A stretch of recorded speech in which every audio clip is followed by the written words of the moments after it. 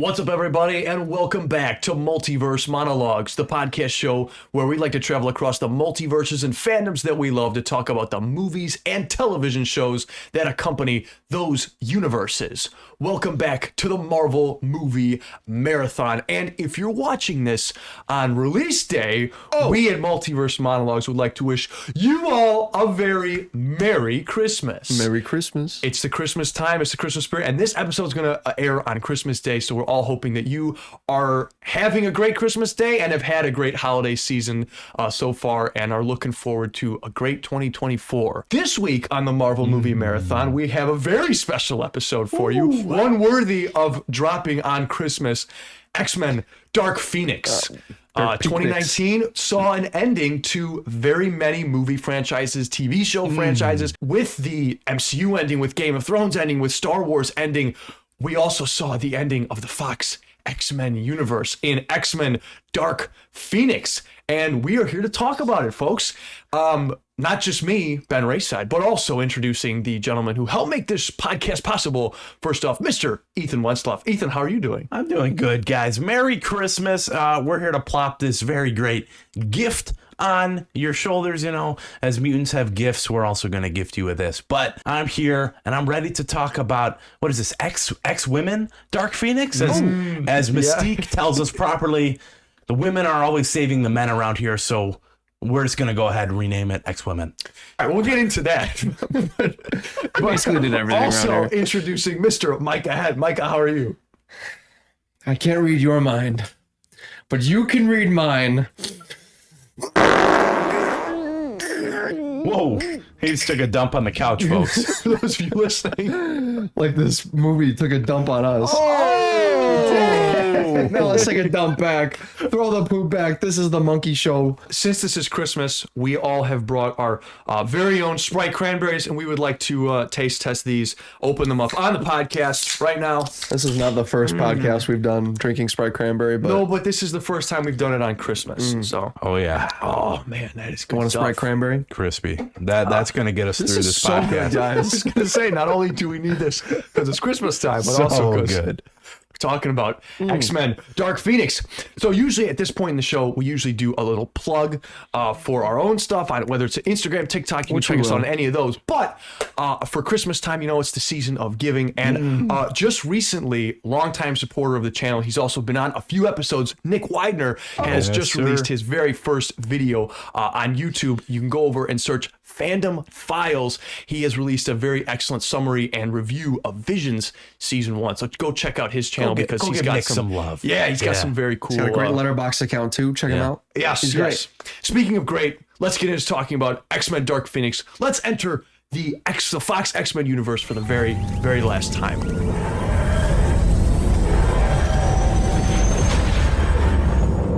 It's funny.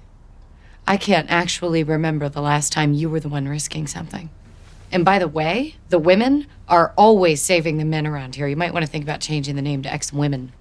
During a rescue mission in space, one of the X-Men's most beloved characters, Jean Grey, obviously, is struck by a cosmic force that transforms her into one of the most powerful mutants of all, the Dark Phoenix. Would love to see that. Wrestling with this increasingly unstable power and her own personal demons, very many of them, Jean spirals out of control, tearing the X-Men family apart as they face their most devastating enemy yet, one of their own. Oh. Because one of their own has definitely never left and faced them again. Yes, that is your plot summary on Disney Plus of X-Men Dark Phoenix. And boy, oh boy, was this a month? It was a plot. After Endgame, a month after Ouch. Endgame, just around. And then the X-Men Fox universe comes to an end. Ethan, where were you at in 2019 with Dark Phoenix? 2019 with Dark Phoenix. I watched the trailer on YouTube and said, who the heck is going to watch this?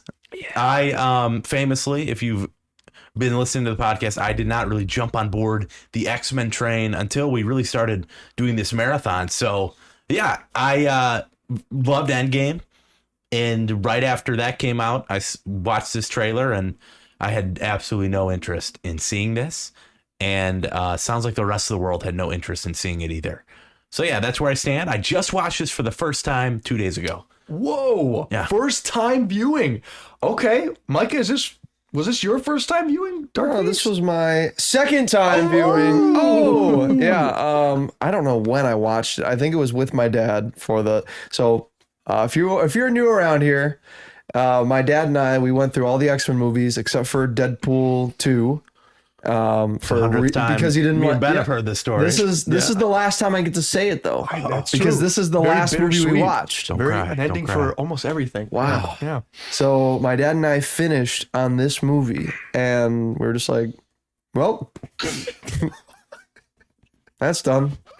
Gotta watch The Matrix." And then we watched The Matrix, and that was my first time watching The Matrix. So I watched Dark Phoenix. And then I watched The Matrix in the same night because we just didn't want to end on such a bad movie. Man, I hate that, Ben. I understand watching The Matrix after that. Matrix is peak. You have to combat Dark Phoenix with The Matrix after So, that. Yeah, At the time, Definitely advisable. I was. If you were here last week, you'll know that at the time I was dating this girl who was a Marvel fanatic. Mm-hmm. She saw every single movie multiple times in theaters. I didn't know this came out. She didn't watch it. She didn't even tell me about it. That's how unhype she was. Did she even see it? I don't even think she Micah, saw it. How much longer after this movie coming out did your relationship with her end?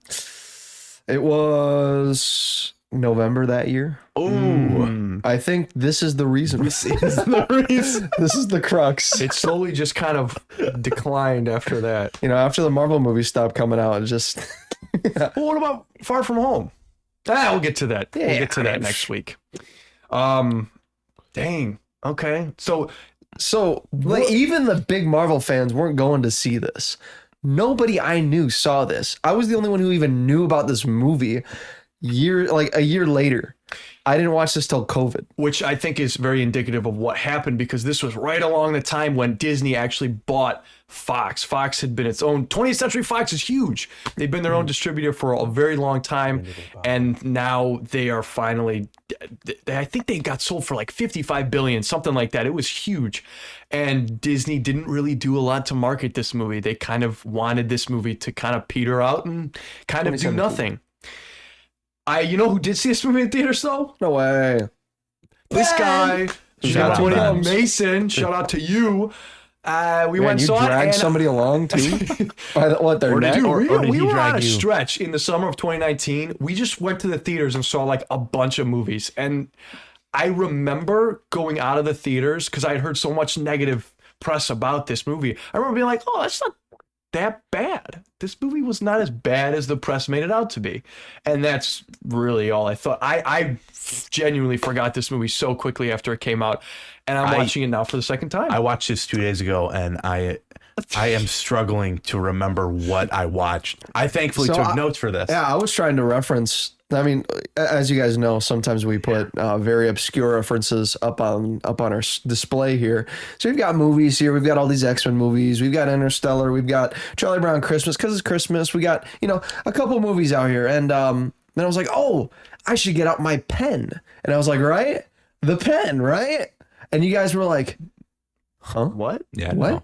Still don't know what he this didn't pen explain it means. to us, When and we don't- Charles first meets Jean Grey in the hospital, he's like, let me give you this. This is a gift. That is actually that's a great That's scene, like actually. the whole movie is based on in the hospital when, and then before she gives up her powers and is like, I'm about to die. Oh, let me think about this. Actually, the one that I referenced earlier when he's like, I can't read your mind, but you can read mine.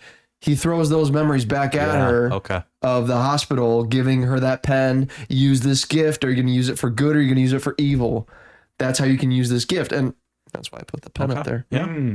That's how forgettable this movie is. I don't even remember that scene. Like the main part of the movie is The that flashback, forgettable. Ben, at the hospital. I don't. With kid Jean Grey. Yeah, I don't. I remember there being like the opening is a flashback. I'm pretty sure. But Yeah, that's the opening. The opening's with the pen. Yeah, I don't. Yeah.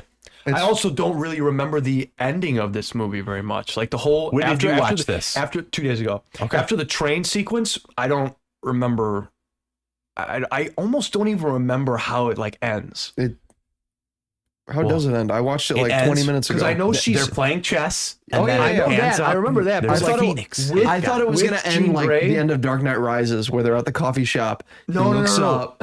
I remember now. She goes, reference here. She flies up into space and just goes away, right? Yeah, and then explodes like Dark Yeah. Knight Rises. It explodes. She explodes. Yeah, explodes because all the power into the Phoenix, Legit? into the Phoenix like thing, and then everyone's like, yeah, she's dead. This is it. She's gone. And everyone's like, One of yeah, the most beloved characters. Oh, and then they named the school after her. yeah. Oh. The Jean Grey School for Gifted Students. Oh, spoiler alert, guys, for those who have not seen this peak movie. Oh man. What, you man, guys? is this so wait, wait. Before we're beating around the bush here. Ethan, did you like this movie? No. Well, come on, you gotta give me a little more than that. No, see, it was so forgettable, and this one is under 2 hours, but it has that you just get fatigued watching it. Oh man, You yeah. There's that pause it. spirit of vengeance. It's like, wait a second. I paused it an hour in, and I was like, What? I still have another hour and a half of Guys, this. This story, like, there's no like act 1, act 2, act 3, or I mean there are, but they're not tight at all. It's not very distinct. Jean has no character distinctions, and she's the main character of this movie. It's Dark Phoenix. This is technically, I guess, our third female-led film. She's the lead character. I can't even remember one like pivotal scene with her that gets you endured to her, gets you invested in, because they do that. The president calls him on the phone. Yeah. He's like, hey, the spaceship is going berserko. The X-Men flies up there. Very fun, like very X-Men 90s-esque. They hop I in a actually jet. really like that They fly scene. up to Yeah. space. They're a team. That's fun to see. Then Jean Grey gets these the Dark Phoenix power, takes her over, and the rest of the movie is just her going into this. But the movie never makes her the main character. No. It always feels like she's sidelined in her own movie to a character like Charles, a character like Magneto, a character like Mystique.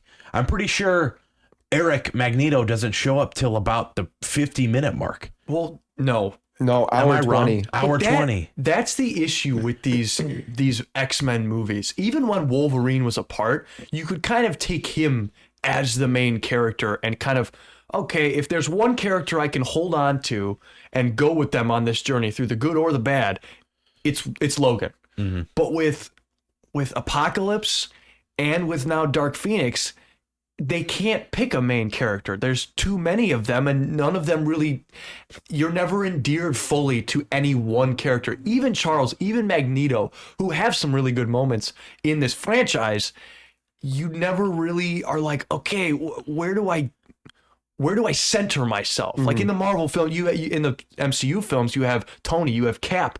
Honestly, almost any of the Avengers you could pick and throw a bone at. Okay, I'm really interested in what they're doing right now. And in these movies, you just It's never a are. big reflection of like current Marvel. Yeah. Like where are our main characters? Who am I supposed to care about? And okay, Jean is the main character I'm supposed to care about.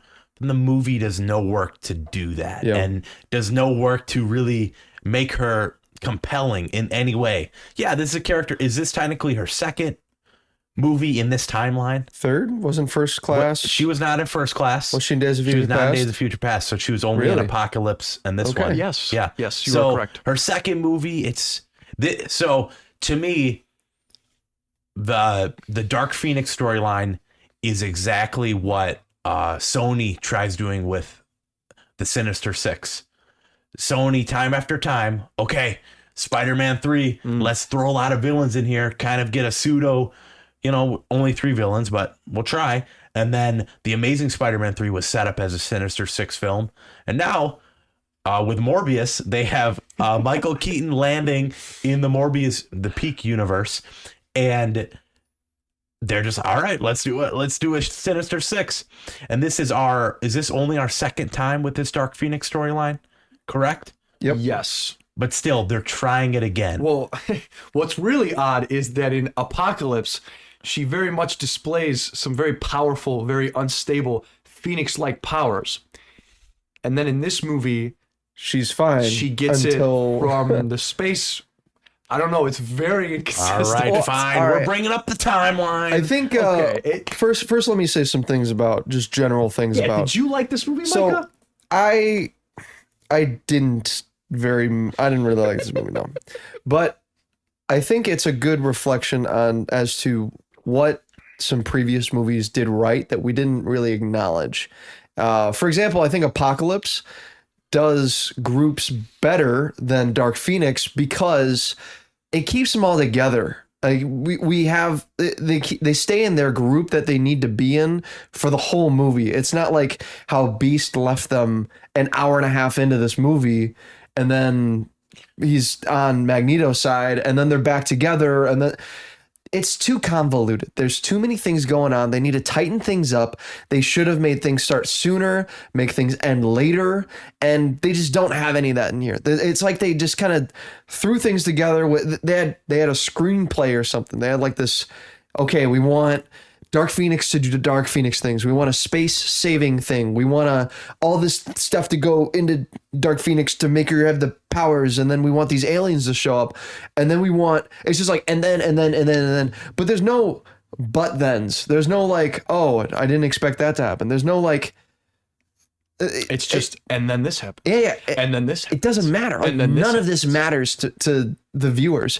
Why do we have to care about these aliens? Why don't they show us any power? There's no power dynamic in this. It's just like kill them, ooh, get them, and then even in Captain Marvel, where there's a huge power dynamic, right? Yeah. At least they gave us some restriction to it. In this movie, it's like they're trying to be Captain Marvel, but they don't. They lean into it less than Captain Marvel the creatures are very Skrull-esque, but they are. Even the little bit of credit we gave Captain Marvel was they do lean into that Skrull shape-shifting stuff a little bit in the beginning. This movie doesn't do any of that. No. And there's also a note I made. Don't the alien creatures, before they transform into humans, they look exactly like Vecna from Stranger Things. Yeah. I don't know if you guys got a good look. Originally, I thought it was Groot. I thought it was Groot species. It's this brown, fleshy kind of thing. Yeah. And dude, they are so throwaway in this movie. Jessica Chastain, who is a huge actress. Why is she in this? Randomly showing up and doing nothing. Literally garbage tier acting. What do they do except provide a pretty entertaining action scene on a train at the end? What do they do? There's such a central element into the plot. Entertaining. I'll get to that. Magneto. That's mine. So I agree. I agree that this movie is terrible. I agree with that. But I do like certain elements in this story. Yeah. I think there are some really, really good elements. The villains are not one of them, man. They are so terrible. They have some of the worst dialogue. The writing in this movie is also terrible. But you talk about it being unfocused, Micah. You talk about it being unfocused. And I will tell you this right now, that this movie had to get a massive, massive reshoot because its ending was very similar to Captain Marvel. And so the whole train sequence that kind of comes out of nowhere was not supposed to be the ending of this film. Really? Jean Grey was supposed to go up into space, and as the aliens were coming down, just like in Captain Marvel, absolutely destroy all of the Is this craft. like the only female-led movie they can come up with as a Captain Marvel story? I think they were coming up. I don't think they were planning on making it as similar, but because Captain Marvel was coming out earlier, Disney nixed that and said, nope, you got to come up with something different. Dang. So we get a train thing at the end. Not that it saves the movie or anything. No, but and you can tell, like, this movie is directed by Simon Kinberg, who his directorial debut has never directed this a movie is before. How much involvement did Simon have in Star Wars Rebels? What's his hand He in was Star one Wars? of the co-creators. Okay. But he never directed anything. I think he was a writer on some episodes, but I mean, he had a big hand in that. Right. He also credit has to had him a huge, he's done some good stuff. He's also been with the X-Men franchise for a very long time. He's produced quite a good amount of the X-Men movies, and he was actually one of the writers on The Last Stand, which also tried to adapt the Dark Phoenix storyline. He likes the Dark Phoenix storyline. I Wants guess. to try it. To me, though, this movie would have been so much better if it was rated R and actually went and was dark. Imagine this, gentlemen. Let me throw this out there real quick. Imagine you have a Jean Grey who is on her wit's end at the start of this film, and she just goes berserk. Well, And That's what the trailers kind of made it out to be. basically, no, but like, this is the end of the Fox X-Men universe. We've basically established at this point that it's a new timeline, because I don't know how in 10 years from this point they look like Patrick Stewart and Ian McKellen. So just do your own thing. And guess what? Have her literally go and basically just kill everyone. Just have it be super dark. You have movies now like Deadpool and Wolverine. If you have Jean Grey out there murking all the X-Men characters, how much more interesting would that film be than just another regular slog? I think it's much bigger than just an R rating, though. You have to come in with an actual story. And the thing that makes this story so compelling in the animated series, and I haven't read through the comic storyline yet, but is who Jean Grey is and what she stands for before she becomes a Dark Phoenix.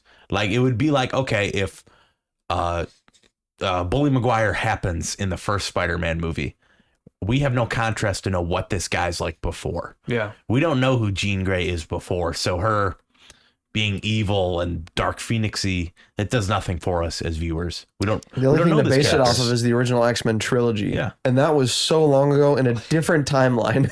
Also, something that really hurts is Sophie Turner is not that great at acting. No, she's in not. this. We have to. I haven't seen anything I else haven't she's seen in. anything else she's done, but she has been in a lot of stuff. So She's not But great in this movie. I think it also has to go with the script is just so bad. Well, yes. The script is so bad. I feel like every other line was you can't do this. Oh, yes, I can. Boom. And then they do it. And it's like, that's so stupid. And it's just like, every time they do that, I'm like, okay, please, this is the last one they're going to do, right? And then they say, I can't read your mind, but you can read mine. Like, they just say one line and then say, but the other thing can do this. So many times. And why? It's so, the writing is very lazy in this. these X-Men movies are the literal definition of you just forgot how to make movies and you lost your story. Like, how hard could it be to write a compelling? There's so many shows Like- that they could have taken the exact script from multiple episodes, like arcs of X-Men shows, and lined them up into one concise movie and There's just pump those out. Why is this so hard? there's a whole arc in the animated series on the Dark Phoenix. Yeah. It's the only one that's even closely done it right. But these X-Men movies are so funny because I was literally driving here on my way to on the way to record this, and I was thinking, man, it's so weird how so many of these X-Men movies just suck, and we don't care about them. I don't even remember Apocalypse. Yeah. What the heck happens in Apocalypse? But then I'm sitting there and I'm like, man, X2 is really good. Days of Future Past, awesome. Even the Wolverine movies that he started. Logan, awesome. Yep. Yeah. And X-Men Origins Wolverine had some cool stuff in it. Like, that was memorable. no. What? No, like, that was No, memorable. no. I agree with Micah on this one. Sucks. I agree. Even if it was buns, there was still some. Wolverine- Oh, let me fix the And even in poster. the first X-Men movie, there's elements of good. There's just with the MCU, it's either good or it's average. like, my thing is, with this though, how many times do we need to see Charles and Magneto playing chess? And for us, like, are we supposed to care now? Like, when they did it in First Class, you're like, oh, that's cute. They're Nice homage. They're homaging the first one. Yep. But then, have we seen that like 4 more times since First Class? Yeah. Who cares anymore? Like, And they've taken the story so far already. Like, they've done time travel. They've done timelines. They've done post-apocalyptic. They've done, everything. And now they're going back to a normal beige story with aliens. and they've done that all. And they've without done that getting us already, to too. care about almost any of their main characters. Like, the aliens are kind of a dumbed down version of the Sentinels in a way. Like, they don't have the power stealing thing. They just have the look. Like even with Why wasn't it just Sentinels? even with current Yeah, Marvel, there still feels like there's a loose sense of direction. I'll say that, loose sense of direction. I agree. But the X-Men movies, it always just felt like, okay, let's just make another X-Men movie. It never felt like And they then were trying to, it's another and then. and not that we need an and then, because movies can stand on its own, be its own great thing. But it always felt like, okay, let's I literally wrote they phoned this movie in, right? Like let's just did. make this movie. Let's just throw it out there. Like, yeah, Jennifer Lawrence doesn't even bother to put on the makeup for this movie. She's like, all right, paint my face blue, kill me off. I'm done. Dude, She gets the didn't bag. wanna be in this She movie. gets the bag and all. Like she's in the most X-Men movies now. Well, yeah, and another huge unfortunate aspect in this film is that she has been really the main focus of the last 3 movies, and she Underutilized. when you make her the main character, the main female-led character of all the X-Men movies leading up to this, and then you try and make Jean Grey the main character, you're gonna have problems. And she dies instantly in this movie. Quicksilver's taken out because they have to sideline him. Dude, what that's got to be man. the biggest sin of this movie is so to me that I'm going to go on record saying this, my favorite display of superhero powers throughout this whole marathon has been Quicksilver. Oh, yeah. And his kitchen scene and his mansion scene in the X-Men Apocalypse, Yes. like the power set and the way they display the power, so cool. They just do it so well. I think about that's what's so great about the Days of Future Past is I think about that kitchen scene like every other day. It's just such a great scene. Really? I'm not even kidding. No.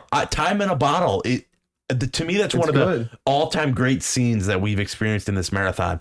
And the fact that you don't even try to, a great actor too in Evan Peters, and you don't even do anything with him at all. It totally feels like, oh shoot, what are we gonna do with Quicksilver? Oh, And we they gotta don't get even this guy. try to So, give him something to do. That scene where the Phoenix takes out Quicksilver and Scott, if you watch them both fall, it is the most pathetic fall you've ever seen. Like, go back, if you ever have time, go rewatch the scene. The first time that the team fights the Dark Phoenix, she like wipes him out. It's the same scene right before Mystique dies, but Scott, he falls on the ground, and it's like if you ask someone to lay down on the ground, that's what it looks like. He's just Yes. yeah, Okay. you know what I'm Yeah, saying? I know Yeah. exactly what you're saying. He goes down slowly, like. Is this supposed to be slow? All right, let's I take a nap. think Gene What does was that a it? couple times. I noticed that not only he does it, Cyclops does it, and is his name Cyclops? Yeah, Cyclops. Yeah. Her name? No. Cyclops. His name, yeah. His name. And then Magneto even does one too, where they do like the gentle fall down, and I think it's because Gene is like, moving them down. Oh, okay. I don't know. That's She's like, that's my headcanon. sure, But there's no I like it. hand movement that goes You know with what? it. That really changes this movie a lot for me, does. Micah. You know what? This is a 10. We've been Wow. We've I been mean, pretty negative this so isn't your far, first. and guess what? We're not going to stop being negative because this movie is not that great. Nope. But I would like to bring up a positive of this movie, and that is the city scene, the scene where all the X-Men come in one by one and try and take on Dark Phoenix. Logically, script-wise, it might not all be there, but what she does is she's sitting on top of the handrail, and Eric comes in, and he tries to reason with her, and he tries to overpower her, and then she just kind of starts crushing his helmet. And then it's like, it's kind of getting dark to that point, and then Eric comes in, and then They almost go to Professor X comes yeah. in. He comes in, and then she makes him get out of his chair and start walking up. Like, that's kind of sadistic, and it's kind of cool. That for a moment I'm sitting there, I'm like, okay, all right, I'm kind of into this. It's very dark right now, and you are making him walk, and he's like, oh, Gene, please don't do this. Like, I actually really, really like Yeah, that scene. yeah. And that's kind of what I think about this movie. There's certain scenes that I really like and it frustrates me. ideas This that movie work. frustrates me because it could have been really well. But it could have been really well done. The elements you like from this movie, did this movie do that though? To me, all the elements I liked about this movie was when I was reminded of past X-Men movies where I went, oh, that was cool when they did that then. Or even the characters. The movie does no character work on its own. It's just, oh yeah, you know Magneto. Here's a guy. Oh, you know Charles. Here's a guy. Yeah. Movie doesn't do anything with those characters. Yes, it's agreed. just chess pieces on a board. they're That's all back. this is. Nice. This is your favorite character. He's back. He's back. I like the opening space sequence to save the astronauts. Yeah. The music is great. I want to give Hans Zimmer a big shout out because his score for this movie is amazing. He never phoned it in. I think he was the one person on this whole production who didn't phone it in. He wrote over 16 hours of music for this. Dang. And it makes certain scenes really, it elevates those scenes just because of how good it is. And that beginning sequence where they take off and he's talking to the president and he's like, we're on the way. And Hans Zimmer's score is booming. That's really good.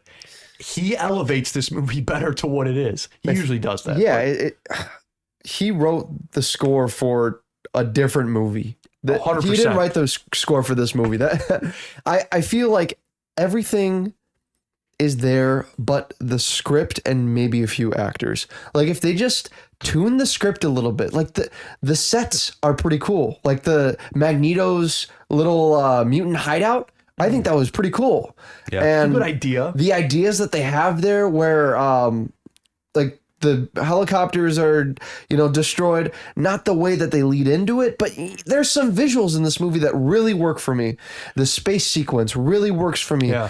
But like the lines that they say, just The writing is so bad. the writing. So I think that this is one of the worst scripts we've had on the cast. Like ever. And we've seen some trash. Yeah, we And- have. And there was nothing in this movie was comedic for me. I mean, a couple Quicksilver lines, but that was it. So it wasn't trying to. all of his lines in the movie. Yeah, it wasn't trying to like be two of funny. them? It wasn't trying to. I mean, it was trying to be an action movie, but you it can wasn't. tell this was like, okay, Logan came out. They loved that. It's serious. Mm. This movie's going to be darker, so we kind of have to make it more serious too. No jokes. This no guy's nothing. oh, I just got out of Interstellar. All right, let's get Hans Zimmer. Let's let's do a space where they're like spinning. How did they get Hans Zimmer, dude? Let's Money. I love Dark Knight Rises. What if like they fly out and they explode and then they go to like a cafe in the middle of a foreign country and then like we see the return of our hero off in the distance. Like that's this movie. That's all it is. You know what? This movie's actually quite genius when you put it that way. Wait. I think we don't understand it because I think our minds, it's trying to be like a Christopher Nolan our movie. minds are We're too not weak. supposed to understand it. We're too weak, guys. We're just supposed to go along for the ride. Maybe if can't- it were X-Woman, we would understand it. Maybe if they just really spoon-fed it Dude, to we're us. going back to the writing. A professional hired Who wrote this? writer. Who wrote this trash? Simon Kinberg did. The director. He directed and wrote it. He wrote. So Poor guy. Charles is trying to explain. I'm sorry. I could just see him in a room, like writing with crayons, like, I can handle this power, but you can't. He's writing with crayons. So what? Like, I what? feel like he's laying belly on the floor with a construction paper and he's kicking his feet up What in the makes air. you cringe more, that line from Mystique, or the scene in Endgame? With all the women teaming up. Yeah. The line from Mystique, Yes. 100%. Okay, Oh, yeah. I don't good. care. It's way too on the nose. They don't. Like, at least I didn't say anything That about one's it. in on the game. nose, but in Endgame. But I don't. I mean, okay, whatever. It takes me out of the moment. But this makes me legitimately You're like- angry. Like, what are you doing? What is? You hired to write this epic Dark Phoenix movie, and this is a line that you write. Charles is like they're having some conflict, and Charles really is in the wrong in this movie. And actually, that's one of the positive elements I think I like about this movie is that they actually go farther at making him the villain than I think they ever go in any of these X-Men Yeah, I got movies. the line. It's funny. I can't remember the last time you were the one risking something. And by the way, the women are always saving the men around here. You might want to think about changing the name to X-Woman.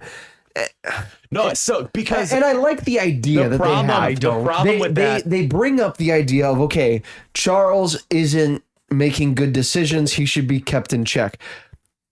They don't go with it anywhere. They bring it up twice in this movie, Right. but they don't do anything to change him. They don't have like a confrontation. Well, they no. don't. They don't. He doesn't make a decision in the movie where like he's like, you know what? I take it back. No, we got to do no, something else. No, that they do actually. They have both of those elements. Beast and him have a conversation at a table where he basically tries to get him to admit that he's wrong. You still won't admit Oh, it. They're yeah. sitting at a table. You just still forgot won't. That scene's actually really good.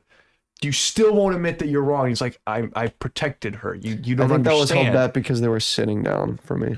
And wait, which one? I think because they were sitting down. When is Charles they not weren't- sitting down? No, like Beast. What are you talking Okay, about, well- bro? And then also on the train, Charles also is like, I was wrong.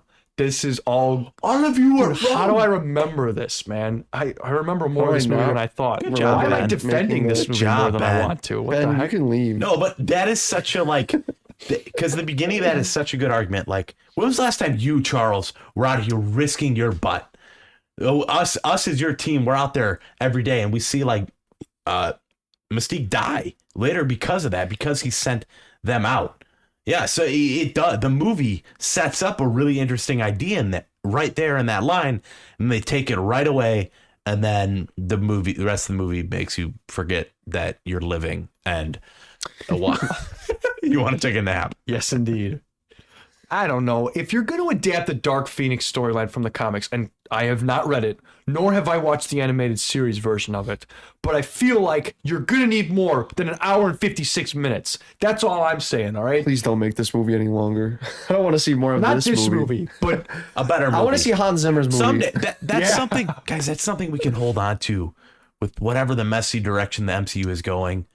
They have attained the rights to be X-Men. Let's just tell good X-Men stories. We see the potential, but we've also seen you can fall. Like, formulaic is the definition of these movies. yes. These movies are so formulaic, and now they've reached a point where the formula, they've repeated the formula so many times that in that process, they've diluted the whole thing. It's not even fun to drink anymore. The drink is gone. It just sucks. Yeah. Too much ice. Too much ice. It just melted away. Melted away. I like that. And, you know, ice is good at first, but then you just get a couple action sequences, a couple, you know, character things, and then they don't have any actual issues, and then the movie's done. But it wasn't even quick and painless. I think that's the biggest thing for No, me is this that it one was drags. 2 hours long. And we've had some quick and painless movies where it's like, all right, you know, maybe if this were 2 hours, it would have been bad. But since it was an hour and 20 minutes, it was fine, you know, but Yeah. Going back and watching First Class really changes your whole perspective on the younger version of the X-Men. Because now, whereas like, because in everyone's mind, First Class and Days of Future Past are really good films. Will you rewatch First Class? First Class is dog water. Oh, it's so bad. So bad. Yeah. So now it's like, okay, this past X-Men timeline literally only exists for that one movie, which is a great movie. It's a really good movie. Is it 5 or 6 Days of Future in Past. our So, on our list? so it's so First far. Class, Days of Future Past. Oh, On our list okay, that okay. where we ranked it. where do we rank Future Past? I think it's 6 now. It wasn't top 5 until I think Endgame. Logan bumped came it out. out. 9th place. Ninth. Oh, it's Okay. 9th? Still top 10 though. That is true. It'll probably end this leg in our top 10. I hope. Second I place really, for yeah, I non-MCU projects. Though. Oh no, 3rd place for non-MCU. That's true. Unless we give Dark Phoenix. Oh, a oh good yeah, rating. yeah. Let's not jump the gun here. right. Nah, yeah. Oh, Spider-Man 2 might be kicked out Was of it the worth top it? 10 this week, guys. Was it worth it for Days of Future Past? Yeah. I would say 100%. Days of Future Yeah. Past Oh, yeah. is really Days good. We got to rewatch that one. Because I've got the road cut. We gotta watch- We say that every time that X-Men movie comes along. Well, I've been waiting for once we finish the Yes, Marvel because yes. I'm kind of I'm ready for next week to just Yeah. finish up Marvel and Lots of Marvel movies, man. Stay tuned for our announcement of what our next marathon is going to be. Ooh, yeah. Some of you already know what that's going to be. Yeah. Quick little plug here. I also, last thing I'm going to say positive about this movie, train sequence. Really, really like the action. Nightcrawler, I think it was hit or great miss action. for me. Magneto, great action. The guns behind him and around him, that whole slow-mo of the guns rising up. Really like that. I don't feel like they used anyone else as much as they should have, though. Like Storm, why didn't they Oh yeah. like really She's in remember this back movie. to the X-Men trilogy? Dude. Remember how beast she was? Not like beast, but like Storm she was in X-Men at least against Jean Grey use. again. You remember the funeral scene and it's raining, and then they pan to Storm, and I can't help but just be like, can't you just like create a barrier around it? You can literally control the weather. I thought about it. Why Everyone's is it out here in the Why rain? is it bro? raining every time there's a funeral? Like I get it, it's supposed to be sad, but It adds, every time there's a funeral, there has Hey, to be. I will contest with that. At the end of Spider-Man 1, it is not raining.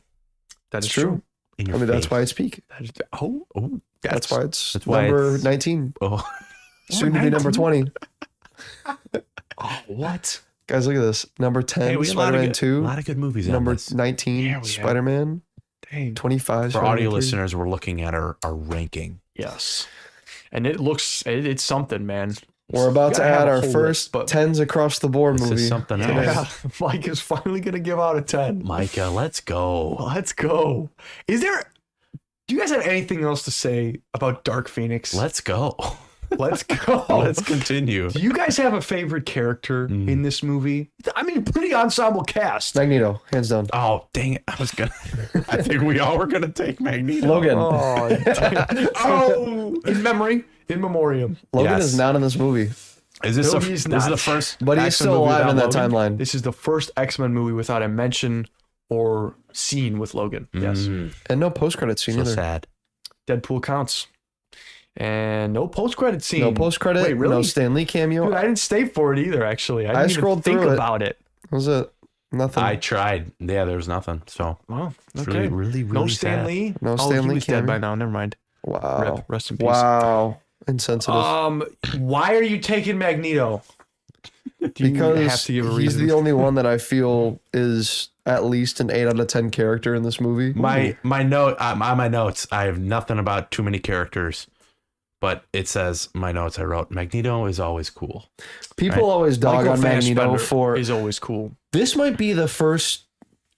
Is this the first X-Men movie where Magneto isn't on like the villain side? He's not like against Like they don't teeter him between sides. yeah.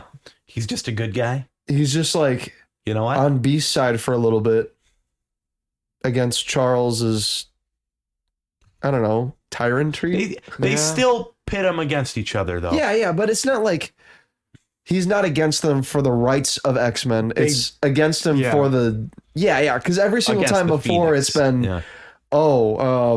it's Charles for the rights of letting them be working with the government, and then it's Charles or Xavier or whatever his name is, Magneto against the government control of anything. It's not like that. He in this wants to one. be his own mutant civilization. Yeah.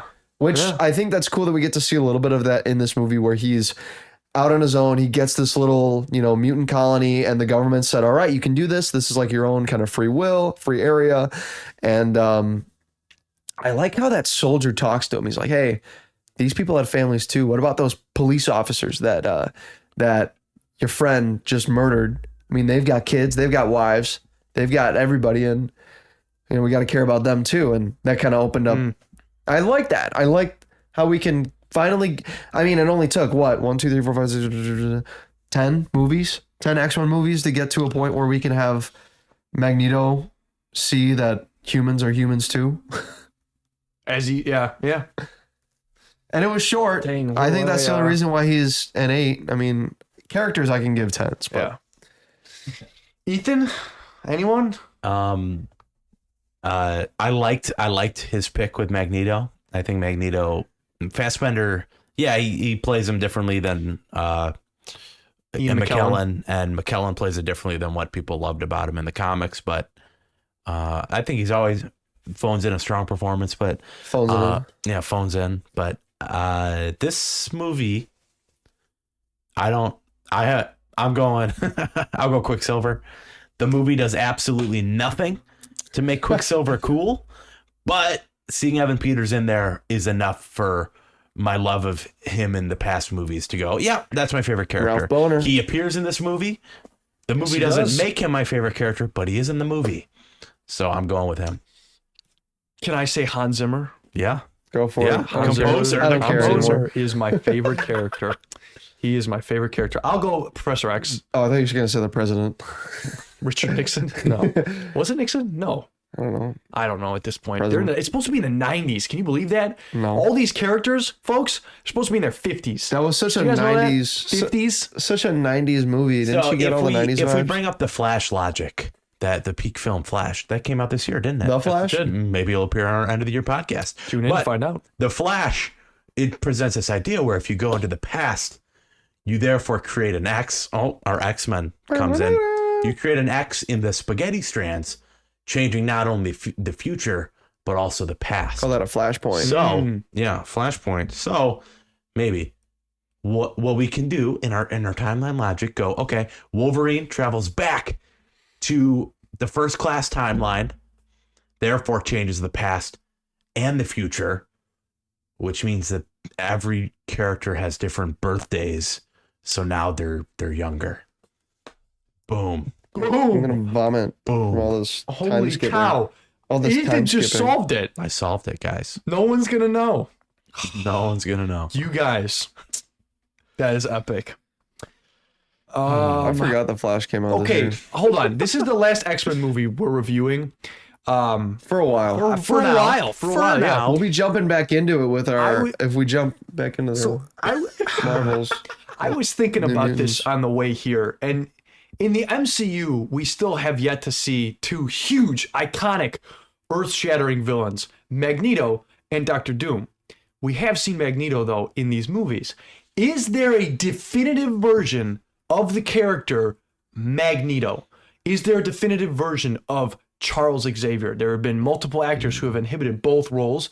Would you be completely open? Like say they recast Wolverine. It's like, man, they did, but no one will ever do it like Hugh Jackman. Is that the case with Charles? Is that the case with Eric? Or if the MCU could come along and nail it? They're very well casted. Yeah. I love the cast of Charles and Magneto, and both old and young versions I think are just solid choices. I think that's what Days of Future Past solidified so well, Oh yeah. is especially that scene where McAvoy gets to meet Patrick Stewart. That scene is just really great. Where I get what you're saying. I don't think there's a definitive, like, ain't nobody gonna be better than this guy. Yeah, Hugh Jackman will get that, but we also thought that with Tobey Maguire, and now we have four separate if you want to, Spider-Man actors that people all love in their own Infinitely way. separate. So at first it'll be hard. Like, oh my goodness, who's this new Professor X? This guy sucks. But I think there's always room open for interpretation and creating new ideas surrounding this character. So no, I don't think there's a definitive, because I think I like Fassbender's Magneto more than McKellen's Magneto. I agree. Agreed. Yeah, okay. Oh, 100%. And then It just gives you more freedom with a younger actor to do more stuff. I think McAvoy, he never got the story that Stewart got. Mm-hmm. But I don't think he just doesn't look good bald. The McAvoy bald- does the not bald look good cap bald. is bad. Yeah. Yeah. I mean, he's good in Split. Mm-hmm. I think that's a good bald version of this guy. Did of he McAvoy. shave his hair for Split? I don't know. I don't know. I just watched it. It was convincing to me, but I don't usually pay attention to that 'Cause stuff. he's I'm not bald in looking Split. for it. Okay. All right. That's fair. I feel like we could see a better version if they had the better writing. I also feel like if you focused more on them, it would be better. But favorite scene, Dark Oh, Phoenix. wow. Favorite scene, I forgot we do this. Micah. Do you have a favorite scene? Probably just the The space end credits? rescue scene, I guess. But that's not even that great. I think it's all right. Yeah. There's not much I have to say about it. It looks cool. It sounds cool, but it's just like there's no stakes. It's cool getting a bat phone. You in know X-Men it's that universe. early in the movie that nothing bad is going to happen to these characters. You Yeah. know that Dark Phoenix, there's going to be some sort of plot thing that happens where she gets her powers or whatever. And Very predictable. Yeah. It's too whatever though. It's too. Yeah. I don't care. It just looks cool. And the music sounds like Interstellar. So any connection to Interstellar, I'm going to like. Ethan? I quite like the opening scene between young Jean and Charles. Ooh. I think that scene is Okay, really good. yeah. And I was like, oh, this is a really strong opening before this movie. I actually do like the scene quite a lot where Charles, he's talking to Jean and she's like, why do I have this curse? And then your pen comes in, Micah, where he's like, if I give you this pen, this is a gift. And it's your choice what to do with that gift. Your favorite scene is the scene you forgot It completely is. before. I mentioned it really on the no podcast. legit because I wrote that down in my notes. I wrote opening scene was good, Okay. or here it is. Really strong opening. Bro, what? X-Men in space? Like the Fast and the Furious. In space. But I really do like that scene, and it shows the character that Charles can be, and the character that they set up Jean Grey to be, but never really fulfilled in this movie. I like that scene a lot. It's actually worth checking out. Okay. I'll take the train sequence at the end. I was going to take the opening scene with Hans Zimmer's score and everything like that, but I'll take the train scene. Really good action, in my opinion. I think they do some really cool things with the X-Men characters we've seen many times in the past. Use their display powers. I think Nightcrawler gets a really good time to shine, even though his character never does in these newer films. Yeah. I'll take that scene. Micah, I want to know what the internet thinks. I want to know the budget. I want to know what this movie made. I want to know the details about Dark Phoenix. So much. Because from what I hear, it didn't do very well in any of the categories of what I just listed. All right. I did just have to go through and see if the Marvel's updated box office was going to pass it, because I heard that they crossed 200 mil. Ooh. And they did. Now the Marvel's is at 202. Oh. But that still doesn't beat the Beast. Oh. That is Dark Phoenix at 252. Oh. With a budget of what? 200. Oh, what? 200? 200 mil. Yikes. What are the past X-Men movies? I feel like none of them have made it that high. X-Men. Oh, what was Apocalypse? Apocalypse had a lot. Apocalypse probably Apocalypse made it was that high. 178, but they still wanted the budget lower for Dark Phoenix because of how bad it went in the box Was office. it the reshoots that really... It was probably the reshoots. They had to reshoot the ending. That's probably what made it so expensive. X-Men Last Stand was 210. Days of Future Past was 200. Origins Wolverine was 150. First Class was 160. Yeah, I mean, that's... Ugh. Ouch. Dang, so it didn't even make its money back. X-Men 1 was 75. Yeah. I mean, it barely made its money back. 1.26 for its profit ratio. Opening weekend, it made $32 million. The Marvels made $46 million. So this is one of the worst opening weekends domestically that we've had ever. Is this the worst performing? Worse than Punisher No Warzone? way. This is the Elektra? worst performing X-Men movie. X-Men. Okay. Yeah. Actually, strangely enough, just shy of the original X-Men movie at 296. X-Men 1 only made $296 million. Gotta remember, that's before the superhero boom. Yeah, that's crazy.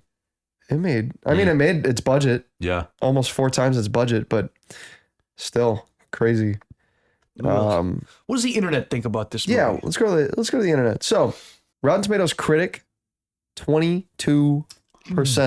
Okay. Rotten Tomatoes audience, ready for this? Yeah. 64%. Ooh. 64. Audience score of 64? Yes. Good old audience. That means score. that it's what? Watchable? Never, audience scores never let us down. Metacritic, 43. Metacritic user, 5.4 out of 10. IMDb, 5.7 out of 10. And a letterbox score of 2.2 out of 5 gives us an average of 4.7 out of 10. Putting it at 49th place. Oh, wait. Sorry.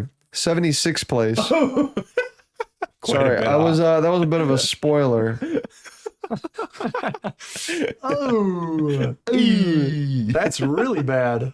Hollywood Reporter ranking, if you guys don't know, this is the second to last time Oh man, I don't that know we get this. to For now. look at our Hollywood now. Reporter ranking. Maybe we can find one for our next watch through, but we will see. So I will ask you guys this. Is our previous movie with Dark in the title, Thor: The Dark World, higher or lower Higher. than Dark They Phoenix? put it higher. Yep. They There's put it no higher. way Higher. that they have. Dark Phoenix has to be dead bottom. Dark Phoenix is 49th place. I said that earlier. Wait a second. Where's that? Wasn't Endgame around there? Endgame is oh boy, where Endgame is 36th place. This is 49th. It's still egregious, but Just above New Mutants, actually. I have not seen that Uh, one. Ouch. Blade is 52nd place. to be my hand here. So they put Blade as 3 movies worse than this. Yes. Yes. Good job. Good job, list. Then Morbius. Okay, well, Well, that one makes I mean, sense. Punisher is 57th place. Sorry, When we Ben. revisit the marathon Thor: in The Dark a couple World years. is 48th place, just one above. Which no. Thor: The Dark World has a lot more merit Well, than okay. what it's been given. Dark Phoenix, I feel like they kind of got this one right. This one is, The Hollywood know. Reporter, anyway. I don't know. I feel it could go lower. I mean, it could, but like, I'm not mad at There this aren't placement. many things underneath this that I would say, yeah, it's better than that. Yeah. Like, I don't know. Well, Blade Trinity. what? Blade Trinity is down there. The Punisher movies are down there. Ghost Rider's down there. dude, Fan Four Sticks down there. well, you're gonna have a chance to show us what movies are worse right now, Micah, Yeah. because we're gonna give us. Ouch. Give out a ranking. Oh boy, that's Review. gonna be an interesting one. Ethan, Yeah. let's start with you. Okay. So when talking about Dark Phoenix, you gotta just know, okay. Yeah, we've had good X-Men movies. This isn't one of them. This movie does no work to make me care about the characters, make me care about the stakes, or even invest me in any storyline whatsoever. From beginning to end, I'm just waiting for the movie to end. And that's what this movie is. And when we have this case, we have to start looking at our list and going, okay, this isn't great, but what is worse than this? Yep. Okay. What is worse than this? And to me, movies that spring to mind when worse than this is Ghost Rider Spirit of Vengeance, Oh yeah. Fant Four Stick, Yep. Elektra, Definitely. Thomas Jane's Punisher. Definitely not. That was a knock at Ben. I don't actually. Daredevil. I will say Thomas Jane's Punisher is better than this. I will say Daredevil is better than this Ooh. because I love would the agree. character Daredevil, and they do They just do enough. put him on screen. They put him on screen, and they edge that movie edges out past this one, but that's It still edges, an yeah. awful movie. What did I give Daredevil, Micah? You gave Daredevil an 8. Oh, sorry. You gave Daredevil An 8. a 3.5. Okay, so I gave that a 3.5, and then Sorry, what I'm just is looking at Ben's Thomas Jane Punisher. what is my next lowest score? Here, gave let that a me 3.5. organize it by you. Yeah, by All me. right. So your Daredevil score is 3.5. let's see this. Howard the Duck at a 2. Okay, So Howard you the got Duck. some room. Okay, so now the main question is, it's in between Daredevil and Howard the Duck. So is this better than Howard the Duck? I think it is. I think it is definitely better than Howard the Duck. I disagree. Even though you know the movie did what it did and executed it perfectly. Exactly. A quote It from had Micah. it had a vision and it went with it. And it executed it. This did not perfectly. have a vision. Okay. And it didn't All go right, with it. All right. But I think elements of this movie make this more watchable to me than Howard the Duck. Yeah, Quack Foo's great. So this has to go between Daredevil and Howard the Duck, but it's now much higher than Howard the Duck. Ouch. I like a 3. I like a 3 for Okay. this. Solid. 3 out of 10. All right. For our third female-led film, I will give it a 3. Very, very low. That is reaching the bottom of the barrel with this one. This movie is not good. Seems like what 20th Century Fox did when they made this. Dang. Micah, what about you? So similar to me, let me read my bottom 5 real quick. We got Ghost Rider Spirit of Peak. Peak. We got Elektra. We Peak. got Fan Four Stick. That's from 2015. We got The Punisher from 2004. Ooh. We got Fantastic Four: Rise of the Silver Surfer. That's my bottom 5. Mm. I think it made it to my bottom 5. Yeah. I'm gonna say Rise of the Silver Surfer had some quirkiness to it. Right. A little That fun. made it, that made it a little bit watchable. Come on, Silver Surfer by himself. The Punisher had some, the beach scene. Ben, you know what I'm talking about. I do. I very much do. Gotta love beach scenes all the time. And Fan Four Stick, no. It's better than Fan Four Stick. Better than Fan Force. There are only 2 movies on here that I would say are worse than Fan Four Stick, and that's even debatable. I think I just had bad days for those. So I gave Fan Four Stick a 2. I gave The Punisher a 3.5. So very similar situation. Exactly like me, Exactly. yeah. So I'm gonna give it a 3. Ooh, Wow. I like that. That actually lined up really well. Okay. Wow, you guys are way harsher than I thought you guys were going to be. Well, I mean, Okay, like we so- didn't say much positive about it. I think that So- this movie was so lost in its script that you've said it on the podcast before. If there's no story, if the story doesn't make sense, did the story make sense? And at the end of the day, I just feel like it didn't exist. We already said that have there said are that. no character arcs. None of the characters change. We just have characters at the beginning, and then they're there at the end. Dark Phoenix is just there again, right? Like Here's Charles and it's just Magneto playing chess. it's like an episode of TV that like not like good TV. I'm talking like sitcoms.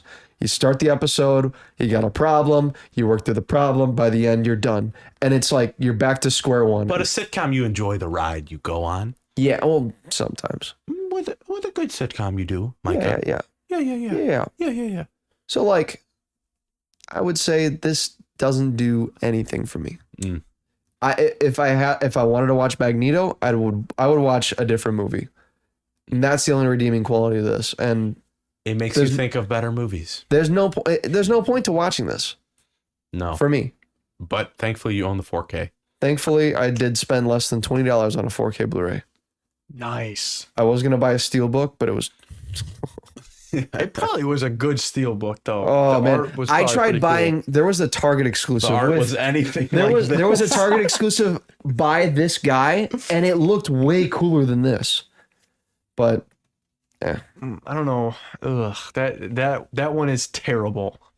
We're a looking Target at a poster, exclusive guys. steelbook? Is what no, you're saying? just the normal. Oh, just the normal This art. guy. This looked kind of Oh. cool. Wait, That is the That's the generic. standard. Mike has just pulled up the generic poster for this movie. The Force Awakens poster. you see it there? It's that one. Kind of. It looks kind of cool. Zoom. Yeah, Zoom we'll in. open this tiny image and Oh, that did nothing. here. Oh! Peek. Okay. It looks kind of cool. It would have been Yeah. interesting on my shelf. It's a little blurry though. Well, this is a X-Men- 92 pixel. X-Men Cafe Poem. Oh, That's so what the it- actual cover is not blurry? No. Oh, nice. Yeah. Ben. Dark Phoenix. It Yeah. sounded like you were not as cold as we were. No. Okay. An So 8 out of 10. I Wow, don't- Ben, that's insane. I don't like this movie, but I am not. I don't think it goes that bad, guys. Like, Oh, it's that bad. it's not. It really is not. I'd rather watch I'd Daredevil say I'm than this. closer to the audience score than Well, you you'd guys rather are, watch for Daredevil sure. than a lot of things. Daredevil is I'm like. talking about the Ben Affleck Oh, Daredevil. okay. Come Okay, on. I think you Come guys on. are forgetting how bad that movie is. I really do. That movie is terrible. That's a movie that It's you can go back and laughably laugh at. bad. though. This yeah, one- yeah. This Like, one That's a isn't- movie you can go back and laugh at. I though. don't see almost any redeeming qualities in Daredevil, in that first Daredevil. There are It none is in this. Cheese. I think there very much is, actually. I like And I'm going to cheese. defend it right now. Go ahead, Ben. For one, the music is fantastic. Hans Zimmer does not phone it in. At least I get to, my ears can experience enjoyment when there's music playing on the screen. My ears are alone pleased. is very, very good. Nice. Yes. And I will say this, that the acting by everyone, except for maybe Sophie Turner, is pretty good. Who is the name acting, of the movie? Absolutely. The acting is very good. Let me go along with this. I think the action is also very good in this movie. Almost all If of you it. can remember it. I Or do. even are, still awake. For But- me, this movie is a dumpster fire of an ending to the X-Men universe, but it is not. We've seen some trash on this, and this does not go into that. At least for me, it does not. I think there are some very decent performances. There's some very cool ideas. Does it? It loses a lot of points because the story is so messy, because it's very unstructured, because the villains are terrible. But there are some very good elements to this. The writing, not very good. But I will say the action, music, and acting, very good. So does this make it that low for me? No, it does not. Punisher Warzone, terrible. Worse 0. than this. Blade Trinity, worse than this. Daredevil, worse than this. I'd even say Venom is worse than this movie. Ghost Rider, well, actually, we're getting up now.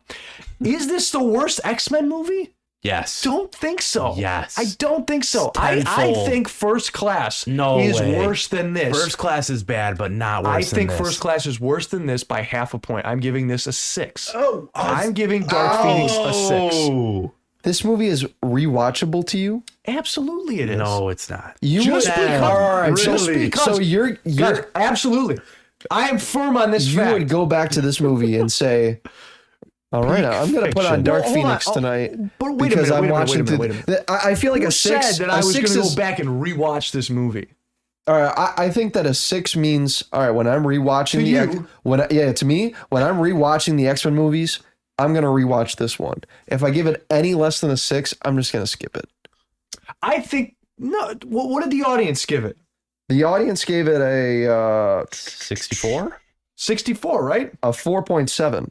No, we're talking Rotten Tomatoes. Rotten Tomatoes, a 64. A 64. That is I the am highest score out I of am anything. with that. I am with that score. Well, a little bit less than that score. Really? Everything else gave it less than 60 though. It's bad, but it's not IMDb's was a the worst 5.7. on our list for sure. No, It's not the worst, It's just not but good. it's at the bottom. But very like, bottom. This doesn't reach that level of comedic terribleness that Howard makes the movies Duck, enjoyable. Hulk. I give them points for that though. If it's I comedically don't. I bad, personally, I don't. if it's comedically bad, I think it's worth it. Like Daredevil, if I rewatch that and I have a good time laughing at it, I might give it a couple more points. Or I might give it a heart on Letterboxd. Do you know what I mean? Yeah. That's fair. I personally, I don't see it that way. I don't see it that way. But with that average, what does that bring it out to be? Let's just say this made our bottom 5. Wow. Do you want me to just list our bottom 5? What's our bottom 5? All right. Micah? Our worst, bottom of the bottom, Ghost Rider Spirit of Peak. At a what? 1. Ooh. A 1. One. Fan 4 Stick, 1.8. Ooh. Electra, 2.6. Mm. Then coming in 4th place, we got Dark Phoenix. Oh, at a 4, a solid 4. Solid 4. Locked in. Howard the Duck, 5th place. Daredevil, 6th place. Hulk, 7th place. Fantastic Four, Rise of the Silver Surfer, is that 8th place? Ang Lee's Hulk, to clarify. Yeah, Ang Lee's Hulk. And Punisher Warzone at 9th place. Blade Trinity, 10th place. Captain Marvel, 11th place. I'm not going to go through all of them, but I figured I might as well mention Captain Marvel. Captain Marvel out of the bottom 10. Ouch. Wow. Guys, Ghost Rider Spirit of Vengeance is no longer in the top 55. No, that's so sad. All right, another thing I wanted to look at was just for funsies. Sad. Just for funsies, I wanted to see what the average of the woman movies were. Just for funsies. Just for guys. funsies. Just for clicks and ratings and Just for funsies. good reviews. For So three hey, white guys. What? Yeah. So what he's hinting around at is technically this is our 3rd female-led film, which you can argue that, but the movie, Sophie Turner's on the poster. We like to rank trilogies around here. So we have Elektra, we have Captain Marvel, and we have Dark Phoenix. What a trilogy, man. What a roller coaster, am I right? Dude, yes. Elektra gave a 2.6. Captain Marvel we give a 5.1. Dark Phoenix is a 4, averages out to a 3.94. Ouch. Our X-Men Beginnings quadrilogy, First Class, Days of Future Past, Apocalypse, and Dark Phoenix, averages out to a 6.51. Unfortunately, Days of Future Past carries hard. yeah, unfortunately it is worse than our other quadrilogy that we just finished up, the Infinity Saga quadrilogy, Avengers. What is That that? one is at, I don't think you Compare. ever A revealed that. 9.39. Yeah, Ouch. Yeah. that's good stuff And right there, man. comparable, our second lowest trilogy would be the Fantastic Four. We Correct. have I believe so. Yeah. Fantastic Four is 4.3. Venom's still working on, but Venom's at a 5.53. We'll get the Venom trilogy Yeah. done one day. One day. One day when One they day. release a third I still Venom haven't movie. seen Let There Be Carnage. I'm saving that for the man, podcast. You'll have I to would. wait. I when would, we return to honestly. the marathon in a couple years. That's Ouch. right. Or the Oof. Marvel movie marathon, at least. Well, guess what, guys? That means you're saying we're gonna have to return to it. We only have one Marvel film left to review on this section of the Marvel movie marathon. Parting is such sweet sorrow. As we close out the year of 2023, Far From Home is going to be our last Marvel film that we rank, review, and discuss. For now. For now, yes. Until we return in a couple years when Secret Wars is finally done. In 2029, I can't believe we probably. gave this a 6. What the heck? Dude, I'm telling you, man. Like go back and Thomas forth, Jane Punisher. But The arguments we had today over our Dark Phoenix score are a good tell and a good yes. indicator for what the future holds Oh, yeah. when ranking. Yes. Because we're going to have some discrepancies coming up. Ben, Yeah. Can't wait to talk about how trash Revenge of the Sith is. We're gonna have a whole announcement video for this. But again, if you're listening this far, and you know those of you who have already heard us announce this in the past, you probably already know because you guys are the OGs who stick through the old podcast. Shout outs. But Star Wars is officially for sure our next marathon. We are going to breeze through that. I mean, compared to a 50, what was this, 56? A 57 movie marathon. Oh, man, we're going to breeze I mean, we only through it. have 13, 14, I think, entries into it. We will be doing the Ewok films. I think as it's. I will as be a watching the combined- holiday special. Yes, and we're going to do the Star Wars movies, and it's going to be very, very interesting to see what comes about it. I have not seen three of them in a while, and I have not seen all the rest of them in a good long while That'll be either. fun. It's been a while, so I'll be watching them in a new light, which is part of. Well, I mean, I think we should all watch these in a different way because there are so many. I can't wait to do the announcement video too. Can we record an announcement video tonight too? We're going to do Absolutely. that. We're Let's gonna do do that. that in the docket, Micah. All right. Look at Docket. our schedule planning spreadsheet. Oh, that is also on the docket coming up. So starting off in 2024, after you hear our thoughts on the Multiverse Awards of 2023, we are starting with Star Wars. And that is going to be lightning fire because as Ethan hinted out, there are some major disagreements Oh, yeah. between our opinions on Star Wars. But one thing we can all agree on is we grew up watching Star Wars. Yes. And it's not an opinion, in but one way or another, we do love Star Wars. yes. Now, what we love about Star Wars, that's where the fun will begin. I love it. I love it. So stay tuned for that. Stay tuned for the Multiverse Awards. Again, go check out Fandom Files by Nick Widener.